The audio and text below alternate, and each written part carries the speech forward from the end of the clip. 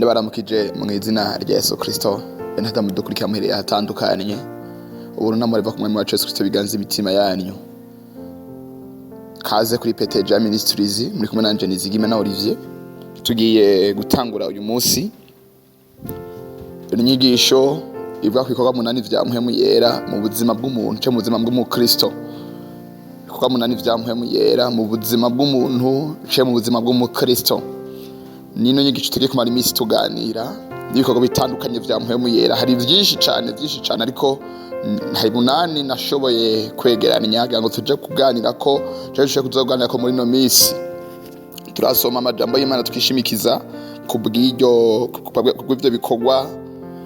cyangwa kubw'ibyo n'inyigisho zacu. N'inyigisho tugiye gutangura uyu munsi. Amajambo y'Imana ari muri Yohana bice 16 duhere ku murongo w'indwi no gushitsa ku murongo wa 9. Yohana bice 16 duhere ku murongo w'indwi rushitse ku murongo wa 9.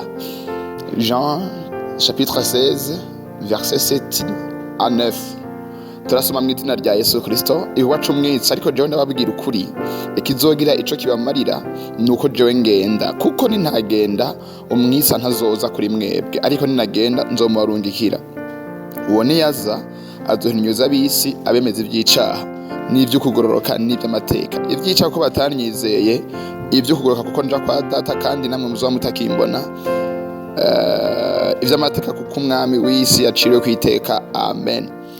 Tugezana ku numero 11. Na amajambo y'Imana rero tugiye kuramya icigisho canke igikorwa cacu cuno munsi, kimwe mu bikorwa MPWEMU akora mu buzima bw'umuntu mu buzima bw'umukristo. Na amajambo y'Imana tubonye cyo dusomye ukuntu Yesu yakarabwira abigishwa biwe kino gihe ko azobarungikira uyundi muntu canke uyundi muntu aza kubana nawe yamwise umwitsa. Harande amajambo y'Imana avuga ko amuvuga nk'umwavoka. Turamuzi MPWEMU yera ni Imana iba mu bantu, ni MPWEMU y'Imana igenda iba mu bantu b'Imana, cyangwa igenda iba mu buzima bw'abantu kugira ngo izane ivy'Imana igomba ko abantu bamenya mu buzima bwabo. Rero ni kino gikorwa Yesu yababwiye ko azokora niyashika mwijuru, ati ico baciza cyo babera ciza nuko jewe nogenda ntashika kwa data, ko ninashika kwa data nzoca ndabarungikira MPWEMU yera, nzoca ndabarungikira umwitsa. Rero uwo mwitsa hari igikorwa cyo baje gukora, kimwe mu bikorwa baje gukora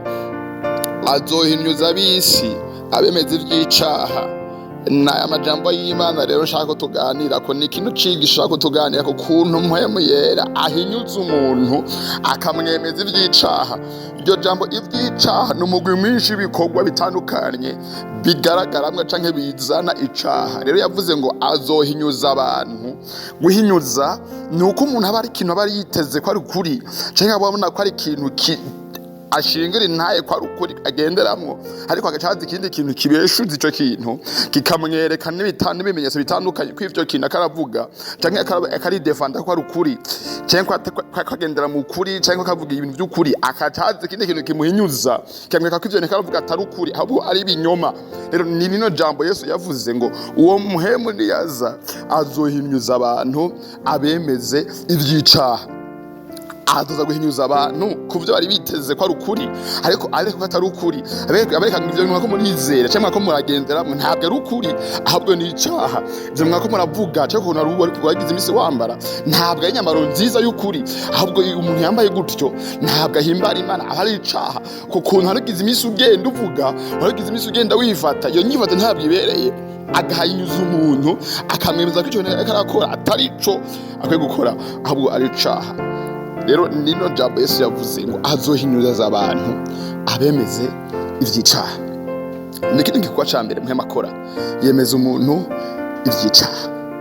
Tuvuze ivy'icaha rero tuzi amajambo y'Imana avuga ngo ntugasambana. Hara muri kuvayo mu gitabo cyo kuvayo ibice 20 berekora ko ku murongo wa mbere yavyagizwe 10 ngo ntugasambane, ntukibe, ntukice. Hari birya rero hari abantu babifashe nk'ivyaha principal, bafite nk'ivyaha nizo vyaha nyine umuntu yakora kumva ko acumuye. Hari n'ibindi vyaha bitandukanye umuntu agenda akora bitandukanye. Hari ibintu umuntu abuza umuntu, none ibintu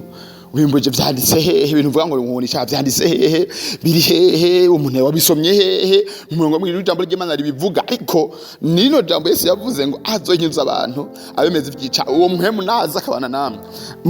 mukamuha ikibanza mukemera kuganzwa nawe azogenda bemeza azogenda uko muzogenda murushiza kubana nawe azogenda bereka ko hari ibintu mwahora mufata ko ari ukuri atari ukuri ko ari mwamugendera mwemeza ko bitomoye bidatomoye ko hari ibintu mutita icaha ariko byari icaha imbere yanje rero si byose ngiye kubabwira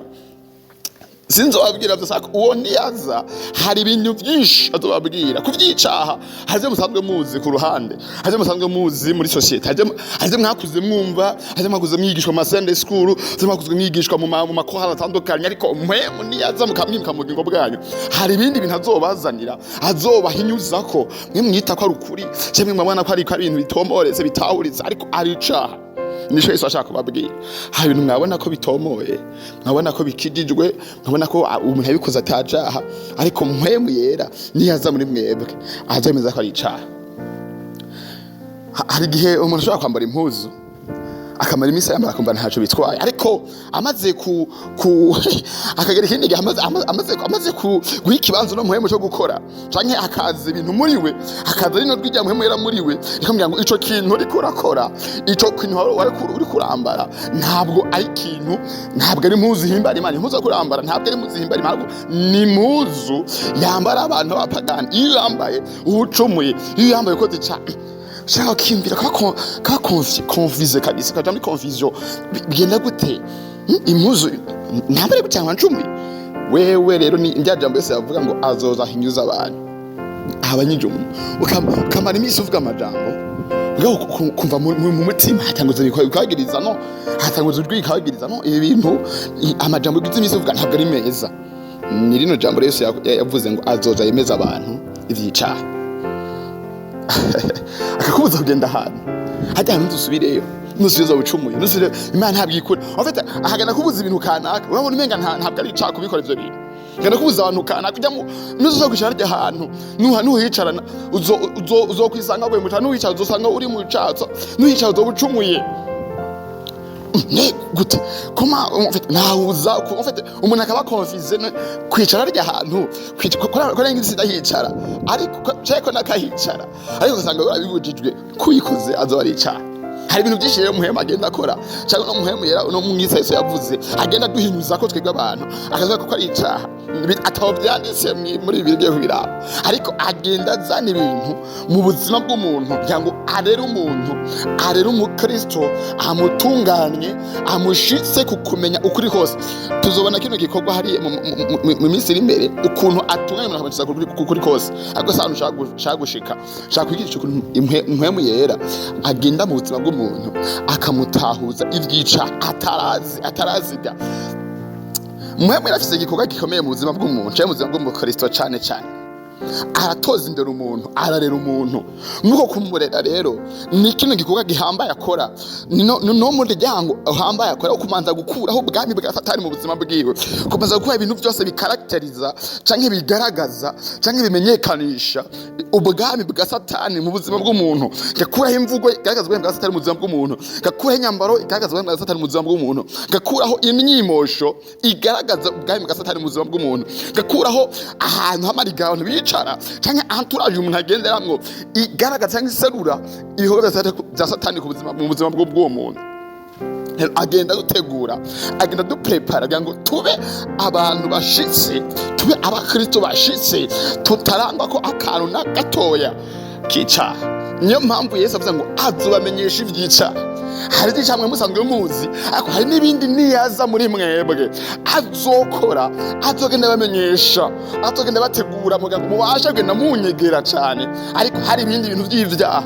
mwasize kure yani n'amajambo rero y'Imana ukuntu mpwemu yera aza mu buzima bw'umuntu akamwigisha akamwereka akamumenyesha akamuhinyuza ku bintu yarabona ntacyo bitwaye akabikubuza kugira ngo agutegure ubundi ikine kigwa akora cyo gutegura umuntu muzami wa Kristo kugira ngo ntagire na kimwe ahaza cyo ntabeho agize na kimwe ahajije mu vy'abantu Imana igomba en fait atunganya umuntu sere ukuntu Imana imugomba apana sere ukuntu umuntu yiyumvira apana sere ukuntu eglise ifata uwo muntu eka atunganya umuntu sere ukuntu Imana ishaka ko uwo muntu atungana amenyesha ibintu canke anyuza umuntu ibintu arakora sero y'ibintu ukuntu yashaka ko Imana ishaka ko uwo muntu amera mwibuke ko mwema ari Imana arazi ibyiyumviro by'Imana arazi ibyiyumviro by'Imana data twese hari amajambo hari ukomeze gusaba muri kino gitabo muri kino cete nyene abajeje gusoma 13 ngo windwe hari ku 15 Matayo 14 avuga ngo uyo azamenyesha ivyanje azara ko vyanje bimenyesha hari ibintu biri muri Yesu abona ko ari ivyaha twe tutatuza ko muhemu yera azakatumenyesha ngo ibintu nuko abikora ntabwo umwami wawe Yesu abikunda gutyo umuntu akona kubihebwa ngo atunganira Imana neza n'aya majambo rero cyane kino cigisho cacu no munsi ko muhemu yera kimwe bikorwa akora aza kemeza umuntu agahimiza umuntu akamwemeza ivy'icaha tuzobonana ku munsi wejo tubona indi nyigisho tubona ikindi kintu Imana ibaheza kandi dusenge mwami Yesu turagushimiye tugukengurira amajambo meza ari mu bugingo ndasenze ku muntu wese yumvise ino nyigisho yumvise kino gikorwa ca muhemu yera mu buzima bw'umuntu kumbura n'umuntu yagize imisi abona ibintu bimwe abona umenga si icaha yagize imisi arigana n'ijwi rya muhemu yera mu mutima ari mu buzi ibintu kanaka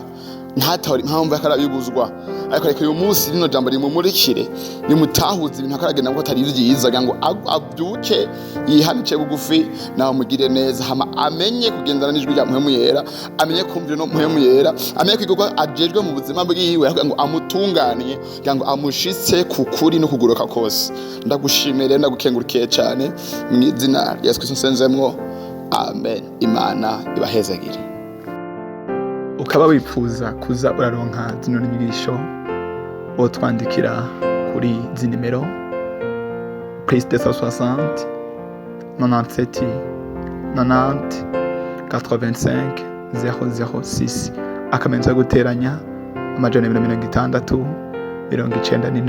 97